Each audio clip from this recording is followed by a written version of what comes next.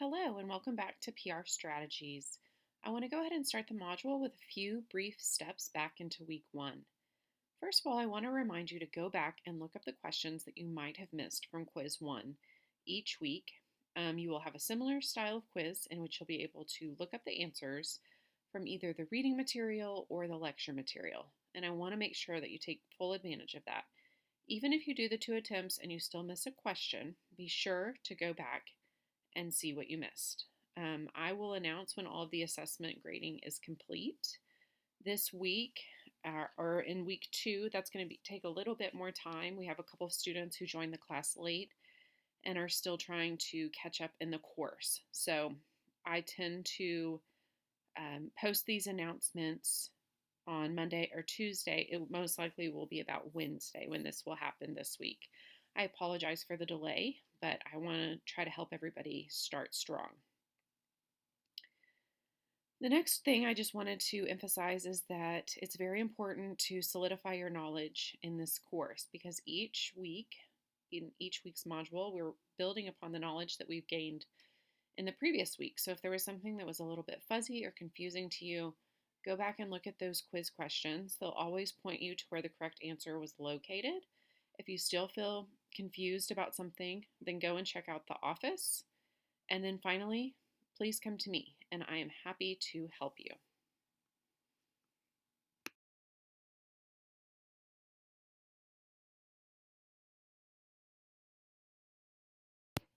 A couple of you have reached out and have asked about the case in point exercises that are located within our weekly modules. So these are posted in the weekly modules, but they are really intended to be something that you take a break during the lecture video that you're watching right now. And at certain times, I'll call on you to check in there and look through those case in point pieces. So this is very much like what would happen in a face-to-face classroom in which there would be lecture material and then your instructor would supply some sort of real-world example. So that is what this is designed to do. Also, within our textbook this week, we had some mention of the Johnson & Johnson Tylenol scandal, and then also the BP oil spill, and also the Exxon Valdez oil spill. I know that most of you are too young to remember the Tylenol tampering scandal or the Exxon Valdez. And so these videos are designed to kind of bring these things to life for you.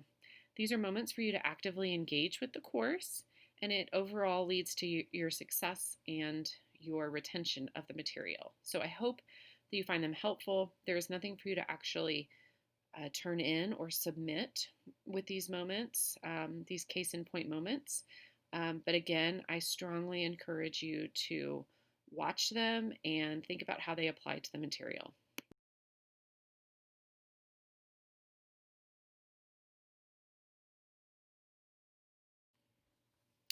So I want you to recall back to our week one module in which our case in point was over the Tide Pod Challenge. And I asked you, do you think that this is either a PR or a marketing problem? So I wanted you to go back to the definition and look at the difference between public relations and marketing. So remember that marketing is focused on increasing sales. So do you think that Tide's response was about selling more Tide Pods? Or do you think that Tide's response was about building mutually beneficial relationships between the company and their customers? So I'm going to pause for a second and let you think that through and recall how you answered. Okay, I hope that you have come to the understanding that Tide's response to notify adults that Tide Pods were not to be consumed and that this was becoming kind of a viral thing is really a PR response. It was to increase trust between the company and their publics.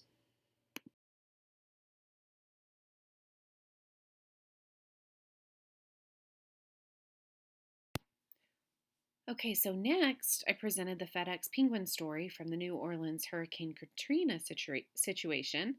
And This was about when FedEx decided to help transport some penguins that were at the risk of dying because of the hurricane. And then they also transported them back home after it was all safe to return. So I asked you, was this PR, marketing, or advertising? And again, you have to ask yourselves, what is really going on here? Are we trying to sell more shipping, or are we paying for a commercial? And the answer to that was not necessarily that we're trying to sell penguin shipping or letting people know that they can transport exotic animals, although that might have been part of the reason. But again, it gets down to public relations. It's aimed at this mutually beneficial relationship. It's also about building goodwill. So this is definitely a PR effort, albeit a pretty sweet little one, um, and a great one to jump on board with.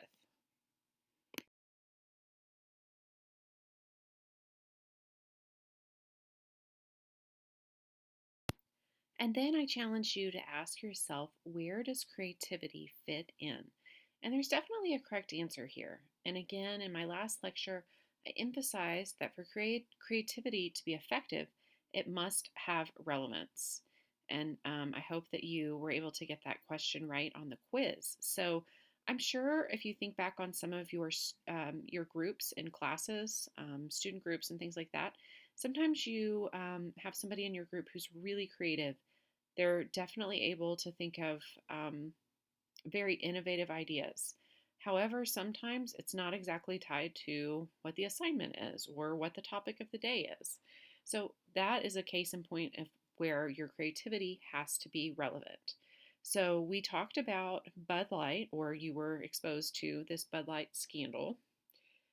And again, while it might have been creative, it could be misconstrued. And this is from a couple of years ago. This is actually from before the Me Too movement. And while it did kind of put a shadow on Bud Light, can you imagine if it had happened in 2018 at the height of the Me Too movement really kicking off and getting going?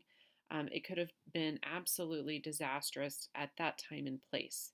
Again, still, I'm not defending them and saying that it was ever appropriate, but I think that they're lucky that it happened at the time that it did happen.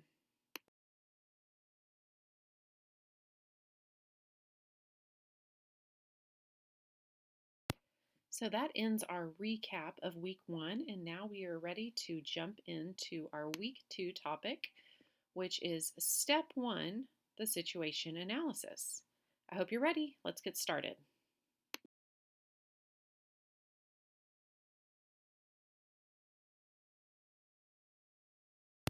So let's start off by talking through our course learning outcomes. For this weekly module, students will gain knowledge of public relations and the process through which public relations is practiced strategically. So remember that each module reminds us where we are going and, more importantly, why.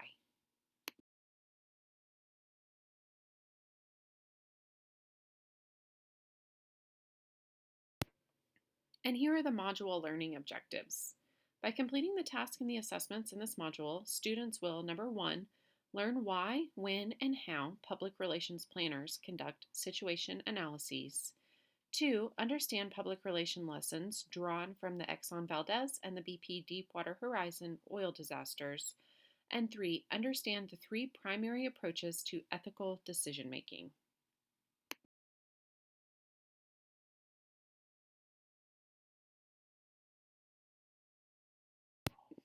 To get the most out of this lecture, I would like for you to pause, grab your textbook, also get your reading notes ready, and let's get started.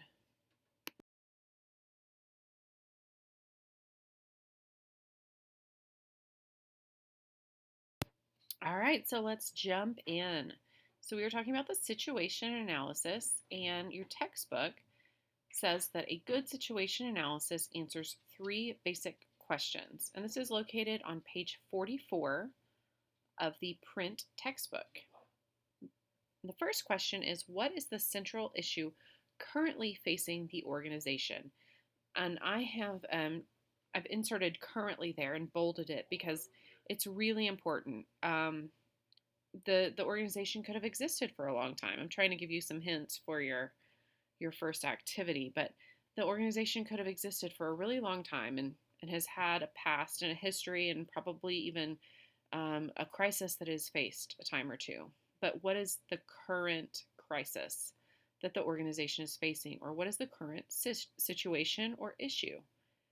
The second is, what is the background of the situation? And then the third question is, what are the consequences of the situation? So just remember that when you open up activity one and you see who your client is that you will be working on, you need to use the link provided to read the newspaper article to be up to date on the current issue facing the organization.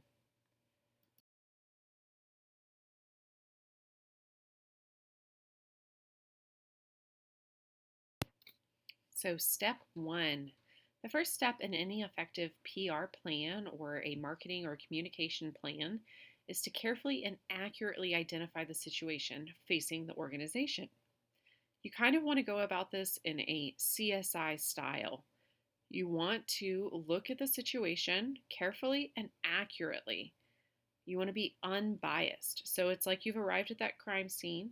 You have to look around, see what you see, and not make snap judgments about who the killer is, right?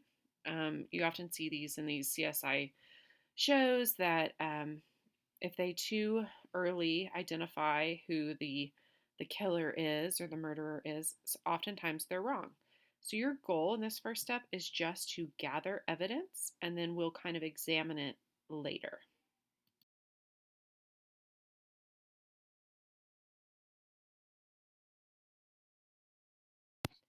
So here is my situation analysis informal spokesperson. It is Mike the Situation from the Jersey Shore. So, dude, what is the sitch? A situation is a set of circumstances facing an organization, and it's sometimes called the problem or the issue. So, whether you're just passing through public relations so that you can build on other disciplines in your major, or if you're a PR major looking forward to a career in PR, you'll frequently see these terms used interchangeably. However, it's very important to me that you understand the agreed on definitions in our textbook and that there are definitely right or wrong answers, despite what you might find on the internet. Situations can be framed as opportunities or obstacles, but not both at the same time.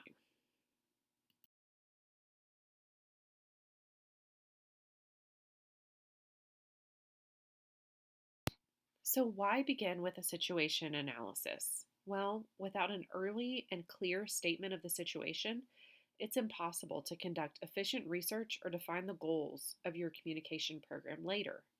The earlier the better. Clear meaning, unbiased, and completed. Remember that I'm asking you to be unbiased and avoid jumping ahead and beginning your strategic plan before you've conducted your situation analysis. This is very, very important.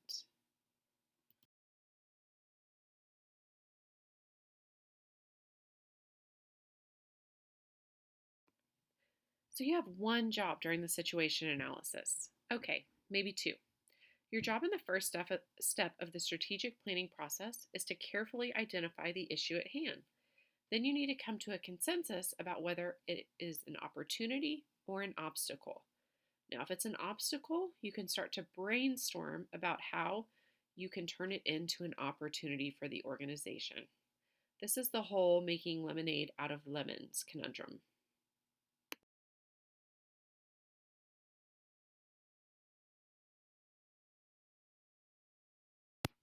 Why is consensus important? I want you to pause and consider for a moment and think about why consensus is so important to strategic planning. Whether you're operating as part of a public relations team or a marketing team or a stratcom team, consensus among the team is vital. For instance, what if one team member considers the situation an opportunity and the other considers it an obstacle? Well, this can really become a problem. This can create conflict. It will create different approaches to planning on how they're going to deal with the situation. And everybody just needs to be on the same page for strategic planning to be successful. It is the key to success. And ultimately, it is going to save that team time, money, resources, frustration, you name it. So that is why consensus is so important.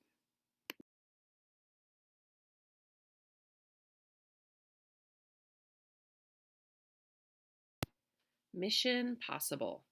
It is not impossible to turn an obstacle into an opportunity. In fact, this is the heart of public relations. We are trying to make lemonade out of lemons. That is what our business is. And I'm not talking about PR spin, I'm talking about transparent and ethical communication with our publics.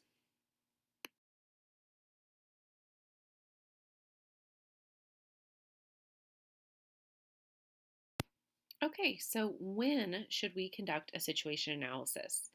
It can and should be used really at any time. It's just like saving an electronic file. It should be done early and often. But it can often occur during routine planning. So, if there's a time that an organization conducts an annual review, it can be part of that routine planning. It's a time to look at where you are currently, what is the situation, and to start to use that as a basis for where you want to go. It's also helpful when there's a change in leadership or perhaps agency, or if there's a new project or program or a campaign coming up. But to be effective, they must really be unbiased and anchored in fact and reality. So I know that it is tempting to make your organization look good, but it's actually not helpful in the long run. Remember, it's like a CSI show. You are coming to the crime scene and you are reporting what you see.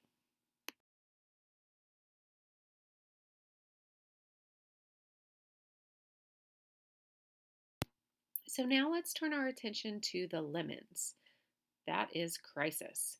So we're not going to dwell too much on crisis in this course because we have another fantastic course in our department, PR Crisis Planning and Management. So you are going to get a lot of great information and how-to information in there.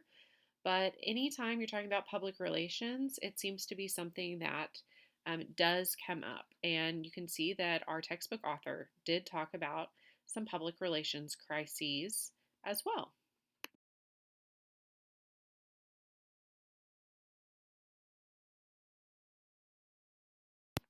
PR disasters. This is something that we do not want.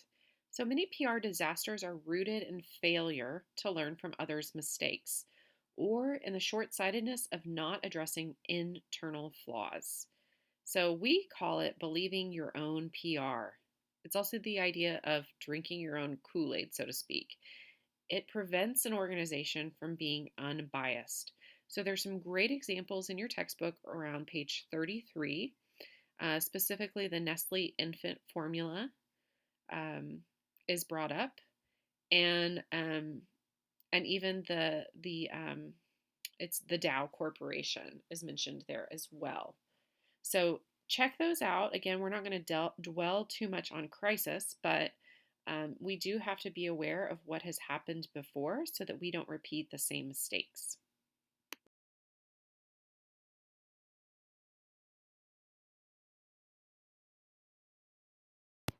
Okay, so now it is time to pause for some active learning. If you have not already done so, please go into the weekly module and check out the case in point videos. These cover the BP oil spill and the Exxon Valdez oil spill, and they are there to remind you that to be good PR practitioners, we need to look to the past and learn from the mistakes of others. So, could BP have learned from the mistakes of Exxon?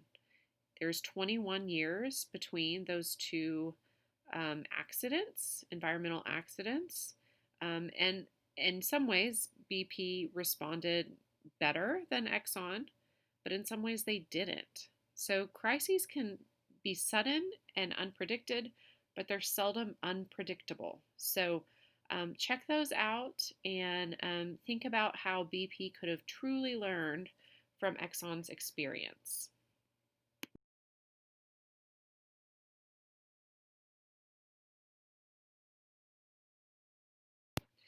So let's now turn our attention to issues, risk, and crisis management. So all three of these terms come towards the end of the chapter, and kudos to you for hanging in there and reading, and also with this slideshow. But we're going to run through those quickly here. The first is issues management. So this is the process by which an organization tries to anticipate emerging issues and respond to them before they get out of hand. So this is happening before the the issue gets out of hand. So that and more details of that are located on page 32. Crisis management, on the other hand, this is the name that is given to the process by which an organization deals with an out of control issue. So this is after they have gotten out of hand. And this is on page 37.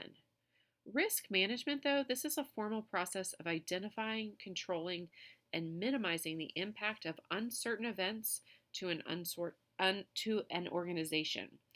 This is also very specific. It's oftentimes found in the financial quadrant of an organization. It's very data analysis driven, accounting driven. For those of you who are on campus and you're part of a student organization, you've probably been through some sort of risk management training in which they try to identify, control, and minimize the impact of uncertain events on an organization. Oftentimes, this comes to pass as things like alcohol education awareness or hazing education, those kinds of things. So you have identified them, you're going to control them by educating your public, and then hopefully minimize the impact of any uncertain events that may happen. As a Texas Tech student, you know that for some student organizations on campus, this has been very successful, and for other organizations, it has not been successful.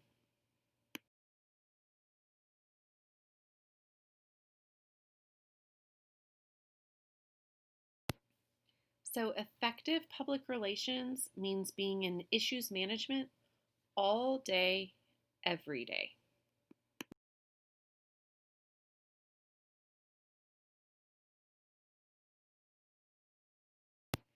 So we're now turning our attention towards ethics, and I apologize for this image.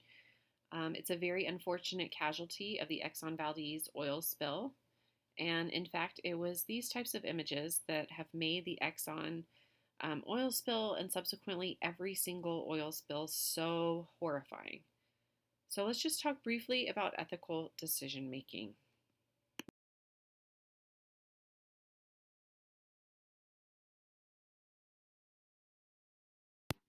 So the chapter really starts to close with ethical decision making, and it provides you with these three terms, and I'm going to tell you that these are not public relations terms. These are terms from philosophy and from rhetoric and ethics. So the first is deontological approach, and it is a mouthful, I'm so sorry, but it is rooted in standards or moral code. And it's the idea that actions are inherently right or wrong. And as we go through these, you might think about, gosh, what is my belief? Where do I fit in this? The second is teleological approach, and it's focused on the impact and the consequences. So right or wrong actions produce good or bad results. And then the final definition there is ethical relativism, and this reflects particular social norms. It's defined as right or wrong actions are determined by society, so therefore they are changing. I think it's easy to look at this one. This one's probably the easiest one to look at and think of examples of. But just looking at our recent history or the history of the United States from the last 100 years. So we had some things that we used to believe that are right that now we no longer think are right. Think about voting rights or civil rights, those types of things. We've certainly seen huge changes to rights in the last 10 years as it pertains to the LGBTQIA community. So you can see that these are not things that are set in stone. They can be constantly changing. It depends upon the organization and their standpoint or the standpoint of the individual.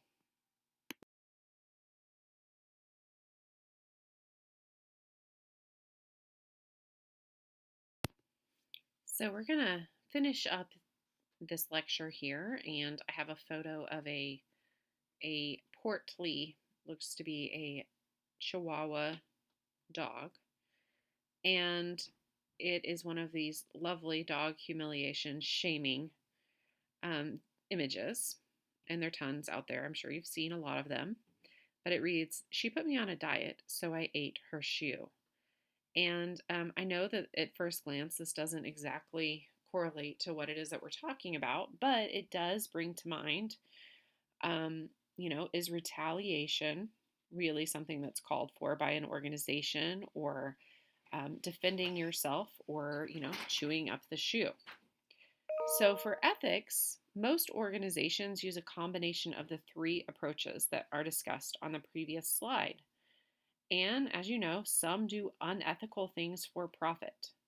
I do encourage you, though, to always decide for yourself and vote with your feet. So, this means that if you are working for an organization that is asking you to do something that is unethical or illegal, you always have the option to vote with your feet, i.e., walk away. Or you can vote with your dollars. So you can choose to spend your money with organizations that practice ethical public relations and are transparent with their publics.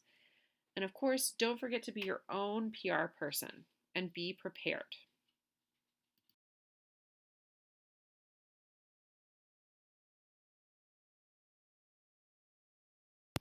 I want to thank you so much for your attention this week. I know it's been a longer video and you've had to put up with my sniffles. I currently have a cold, but thank you so much.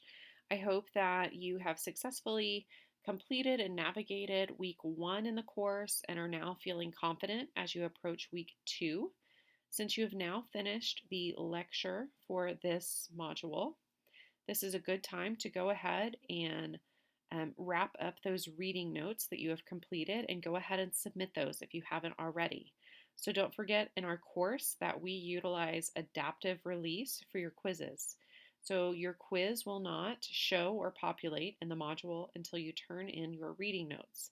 Additionally, this week you won't see that the instructions for activity number 1 or the student survey portion that is part of your sign up for your chat with me.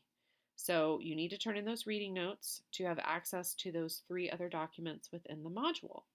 But I hope that you are finding the case in point and supplemental materials helpful to you as you are learning more and more about strategic public relations.